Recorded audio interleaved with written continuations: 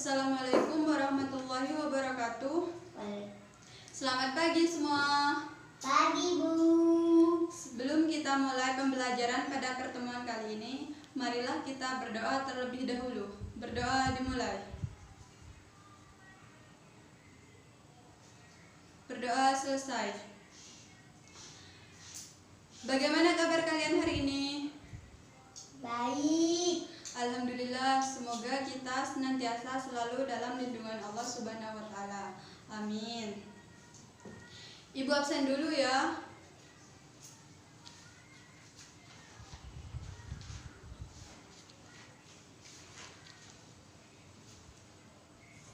Bagaimana masuk semua?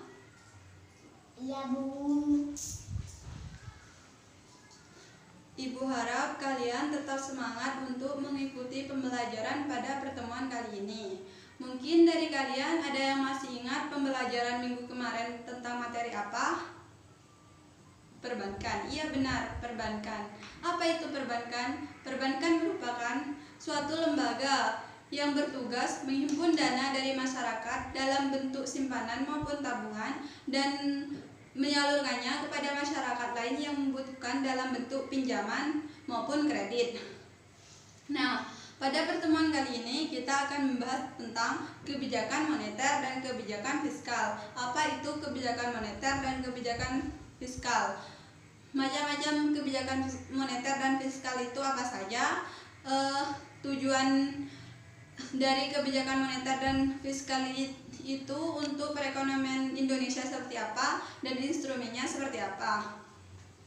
Ibu harap kalian mendengarkan dengan seksama penjelasan yang akan Ibu sampaikan agar kalian paham dan mengerti apa itu kebijakan moneter, pengertiannya, jenisnya, dan manfaat serta instrumennya. Ibu pada pertemuan kali ini tetap menggunakan metode ceramah karena pembelajaran masih belum kondusif dengan adanya wabah virus COVID-19 ini. Baik, langsung saja Ibu akan menjelaskan tentang pengertian kebijakan moneter. Apa yang dimaksud dengan kebijakan moneter? Kebijakan moneter merupakan suatu tindakan-tindakan atau langkah-langkah yang dilakukan oleh pemerintah melalui bank sentral untuk mempengaruhi atau mengatur jumlah uang yang beredar dalam perekonomian dalam rangka mencapai stabilitas perekonomian. Yang diukur dari kebijakan moneter ini antara lain kesempatan kerja, kestabilan harga, dan keseimbangan neraca pembayaran. Selanjutnya yaitu macam-macam kebijakan moneter. Di sini ada dua macam kebijakan moneter. Yang pertama, kebijakan moneter kuantitatif dan yang kedua, kebijakan moneter kualitatif. Yang dimaksud dengan kebijakan moneter kuantitatif merupakan suatu kebijakan yang dilakukan oleh pemerintah untuk mempengaruhi penawaran uang dan tingkat bunga dalam suatu perekonomian secara langsung. Kebijakan moneter kuantitatif ini memiliki dua sifat. Yang pertama, kebijakan moneter ekspansif dan yang kedua yaitu kebijakan moneter kontraktif. Yang dimaksud dengan kebijakan moneter ekspansif merupakan suatu kebijakan yang dilakukan oleh bank sentral dengan tujuan untuk menambah jumlah uang yang beredar di dalam perekonomian. Dan kebijakan ini dilakukan oleh pemerintah atau bank sentral pada saat perekonomian sedang mengalami resesi maupun depresi. Kebijakan ekspansif yang dilakukan oleh Bank Indonesia meliputi menurunkan suku bunga Bank Indonesia, menurunkan giro wajib minimum di setiap bank umum yang ada di Indonesia, dan yang terakhir yaitu membeli surat-surat berharga di pasar modal. Sedangkan kebijakan moneter kontraktif merupakan suatu kebijakan yang dilakukan oleh bank sentral dengan tujuan untuk mengurangi jumlah uang yang beredar di dalam perekonomian. Kebijakan ini dapat dibuat pada saat perekonomian di Indonesia sedang mengalami inflasi, di mana pada perekonomian harga barang maupun jasa itu mengalami kenaikan harga. Kebijakan moneter kontraktif ini dapat dilakukan oleh Bank Indonesia antara lain menaikkan suku bunga Bank Indonesia, menaikkan giro wajib minimum bagi setiap bank umum yang ada di Indonesia, dan menjual surat-surat berharga di pasar uang di negara kita. Kemudian, kebijakan moneter kualitatif merupakan suatu kebijakan yang dilakukan untuk mengawasi jenis-jenis pinjaman maupun investasi yang dilakukan oleh bank umum. Kebijakan moneter kualitatif ini dapat dilakukan dengan cara pengawasan pinjaman selektif dan pembujukan moral. Yang dimaksud dengan pengawasan pinjaman selektif sendiri merupakan di mana Bank Indonesia memastikan bank umum memberikan jenis pinjaman maupun investasi sesuai dengan yang diinginkan oleh pemerintah. Sedangkan pembujukan moral sendiri merupakan himbauan oleh Bank Sentral untuk bank umum dan pelaku moneter lainnya agar memberikan kebijakan yang telah dilakukan oleh Bank Indonesia maupun pelaku moneter lainnya. Berikutnya yaitu tujuan dari kebijakan moneter. Di sini ada 5 tujuan dari kebijakan moneter untuk memelihara kestabilan perekonomian. Yang pertama, menjaga kestabilan ekonomi. Maksudnya, pertumbuhan arus barang dan jasa seimbang dengan pertumbuhan arus barang dan jasa yang tersedia. Yang kedua, menjaga kestabilan harga, di mana harga suatu barang merupakan hasil interaksi antara jumlah uang yang beredar dengan jumlah uang yang tersedia di pasaran. Yang ketiga, mengedarkan mata uang sebagai alat pertukaran dalam perekonomian. Dan yang keempat, meningkatkan kesempatan kerja. Maksudnya, pada saat perekonomian stabil, pengusaha akan melakukan investasi untuk meningkatkan jumlah barang maupun jasa. Sehingga dengan adanya investasi ini, pemerintah akan membuka lebih banyak lapangan pekerjaan dan memperluas lapangan pekerjaan, sehingga para pencari kerja dengan mudah untuk mendapatkan pekerjaan karena pengusaha sudah membuka lebih banyak lapangan pekerjaan. Yang terakhir yaitu tujuan kebijakan moneter yang terakhir yaitu memperbaiki neraca perdagangan kerja masyarakat. Hal ini dapat dilakukan dengan meningkatkan ekspor dan mengurangi impor dari luar negeri yang masuk ke dalam negeri maupun sebaliknya. Selanjutnya, yang berikutnya yaitu instrumen kebijakan moneter. Di sini instrumen kebijakan moneter ada 5. Yang pertama, kebijakan moneter operasi pasar terbuka. Yang dimaksud dengan kebijakan moneter operasi pasar terbuka ini merupakan kebijakan yang dilakukan oleh Bank Sentral yang bertujuan untuk mengurangi maupun menambah jumlah uang yang beredar. Kebijakan ini dilakukan dengan cara menjual sertifikat Bank Indonesia di pasar uang dan membeli surat-surat berharga di pasar modal. Yang kedua yaitu kebijakan diskonto, merupakan kebijakan di mana pada instrumen kebijakan ini pemerintah mengurangi maupun menambah jumlah uang yang beredar dengan mengubah diskonto bank umum. Kebijakan diskonto, instrumen kebijakan diskonto ini dapat dilakukan dengan cara menaikkan maupun menurunkan suku bunga bank umum. Yang ketiga yaitu kebijakan cadangan kas, di mana pada saat kebijakan ini Bank Indonesia dapat membuat peraturan untuk menaikkan maupun menurunkan jumlah uang yang beredar yang berupa cadangan kas. Bank umum dapat menerima uang dari nasabah dalam bentuk tabungan, giro, deposito, dan jenis tabungan lainnya. Yang keempat yaitu kebijakan kredit selektif, merupakan selain tiga kebijakan yang telah dijelaskan tadi, di sini Bank Sentral dapat membuat kebijakan lain berupa kebijakan pemberian kredit yang diperketat. Dengan kebijakan ini, jumlah uang yang beredar dapat dikontrol. Langkah kebijakan ini dapat diambil saat perekonomian sedang mengalami inflasi.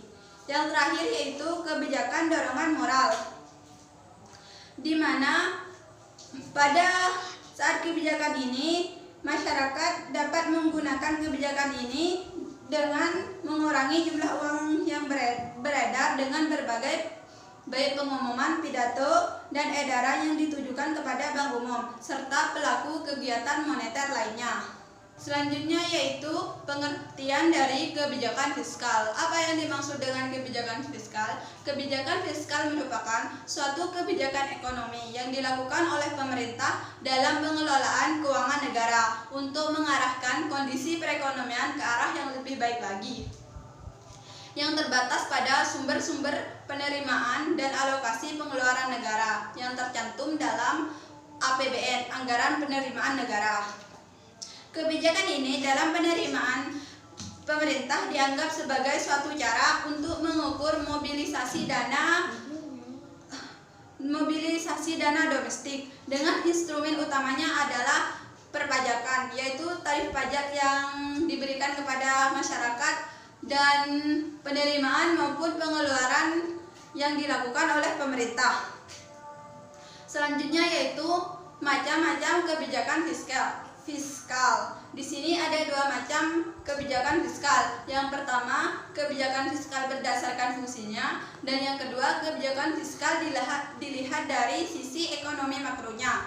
Kebijakan fiskal berdasarkan fungsinya ini ada dua, yaitu kebijakan fiskal yang disengaja dan kebijakan fiskal pasif. Yang dimaksud dengan kebijakan fiskal yang disengaja merupakan suatu kebijakan atau langkah yang diberikan oleh pemerintah untuk mengubah pengeluaran dan pemungutan pajak dengan tujuan untuk mengurangi laju naik turunnya kegiatan perekonomian dari waktu ke waktu dan menciptakan kegiatan ekonomi yang mencapai tingkat penggunaan tenaga kerja penuh. Sedangkan kebijakan fiskal pasif merupakan suatu kebijakan atau tindakan yang erat kaitannya dengan penerapan berbagai pajak. Dengan menerapkan kebijakan fiskal pasif ini, pemerintah dapat menerapkan tarif pajak kepada masyarakat. Apakah tarif pajak itu dikurangi ataupun dinaikkan? Sedangkan macam-macam kebijakan fiskal dilihat dari sisi ekonomi makronya ada dua, kebijakan fiskal yang bersifat ekspansif dan kebijakan fiskal yang bersifat kontraktif. Yang dimaksud dengan kebijakan fiskal ekspansif merupakan suatu kebijakan yang dilakukan pada saat perekonomian sedang mengalami masalah pengangguran yang tinggi. Tindakan yang dilakukan pemerintah adalah dengan memperbesar pengeluaran pemerintah dan mengurangi tarif pajak yang diberikan kepada masyarakat. Sedangkan kebijakan fiskal kontraktif merupakan suatu kebijakan yang dilakukan oleh pemerintah untuk mencapai pada saat perekonomian sedang tidak stabil untuk mencapai kesempatan kerja penuh dan dapat menghadapi terjadinya inflasi. Selanjutnya yaitu tujuan dari kebijakan fiskal. Di sini ada 5 tujuan kebijakan fiskal. Yang pertama, untuk meningkatkan laju inflasi. Kebijakan fiskal bertujuan untuk meningkatkan laju inflasi di sektor swasta maupun di sektor negara. Kebijakan ini dapat dicapai dengan mengendalikan konsumsi baik aktual maupun potensialnya dengan meningkatkan rasio tabungan marginalnya. Yang kedua yaitu meningkatkan kesempatan kerja atau mencegah pengangguran. Kebijakan fiskal harus dapat meningkatkan kesempatan kerja bagi para masyarakat yang membutuhkan kerja, sehingga kebijakan ini dapat mencegah terjadinya pengangguran. Yang ketiga yaitu meningkatkan stabilitas ekonomi di tengah ketidakstabilan internasional. Kebijakan fiskal harus dapat meningkatkan usaha mempertahankan stabilitas ekonomi untuk menghadapi fluktuasi siklis internasional baik jangka pendek maupun jangka panjangnya. Dan yang keempat yaitu untuk meningkatkan dan meredistribusikan pendapatan nasional. Di sini kebijakan fiskal bertujuan untuk meningkatkan pendapatan nasionalnya. Sehingga dengan meningkatkan pendapatan nasional tersebut dapat mensejahterakan masyarakat di negeri ini. Yang terakhir yaitu menanggulangi inflasi dan kestabilan harga. Kebijakan fiskal juga bertujuan untuk menanggulangi inflasi agar harga-harga di pasar itu tidak naik yang melekat pada perekonomian negara yang sedang berkembang ini. Selanjutnya yaitu instrumen kebijakan fiskal. Di sini instrumen kebijakan fiskal ada dua. Yang pertama mengatur penerimaan maupun pengeluaran negara, dan yang terakhir atau kedua yaitu menaikkan dan menurunkan tarif pajak yang akan diberikan kepada masyarakat.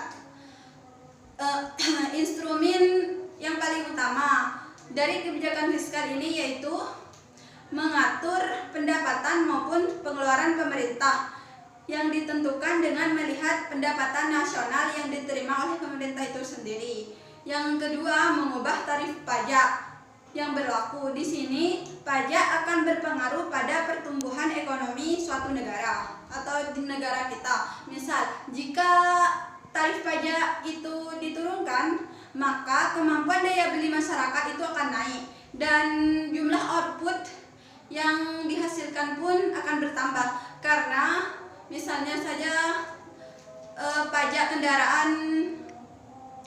kendaraan itu turun, pastinya daya beli masyarakat terhadap kendaraan itu akan bertambah karena pajaknya itu turun dari yang semula naik, sekarang oleh pemerintah diturunkan, dan jumlah output dari barang berupa kendaraan itu akan bertambah karena banyak permintaan dari masyarakat. Sedangkan jika tarif pajak dinaikkan, maka daya beli masyarakat terhadap suatu barang itu akan menurun dan jumlah outputnya pun juga ikut menurun. Jadi cukup sekian pemaparan materi dari Ibu pada pertemuan kali ini. Jadi kesimpulannya bahwa kebijakan moneter itu harus saling beriringan dengan kebijakan fiskal dalam rangka pembangunan perekonomian negara untuk menjadi yang lebih baik lagi. Karena kebijakan moneter sendiri merupakan suatu kebijakan yang dilakukan oleh pemerintah melalui bank sentral untuk mengatur jumlah uang yang beredar di masyarakat dalam rangka mencapai stabilitas perekonomian yang lebih baik. Sedangkan kebijakan fiskal sendiri merupakan suatu kebijakan yang dilakukan oleh pemerintah untuk mengarahkan kondisi perekonomian ke arah yang lebih baik dengan jalan mengubah sistem penerimaan maupun pengeluaran pemerintah. Sehingga kedua kebijakan ini, baik kebijakan moneter maupun kebijakan fiskal, sama-sama memiliki peran maupun pengaruh terhadap kemajuan perekonomian di negara kita ini. Bagaimana? Mungkin ada yang mau bertanya? Tidak. Baik, jika tidak ada yang mau bertanya, di sini Ibu akan memberikan tugas kepada kalian. Coba kalian cari sebuah artikel atau berita tentang kebijakan fiskal dan kebijakan moneter di perekonomian di negara kita ini, dan cari permasalahannya, terus analisis. Tugas tersebut dikumpulkan pada pertemuan yang akan datang. Jangan lupa pula kalian tetap belajar materi yang akan dipaparkan untuk minggu depan atau dipelajari untuk minggu depan. Cukup sekian pemaparan materi pada kali ini. Kurang lebihnya saya mohon maaf. Wassalamualaikum warahmatullahi wabarakatuh.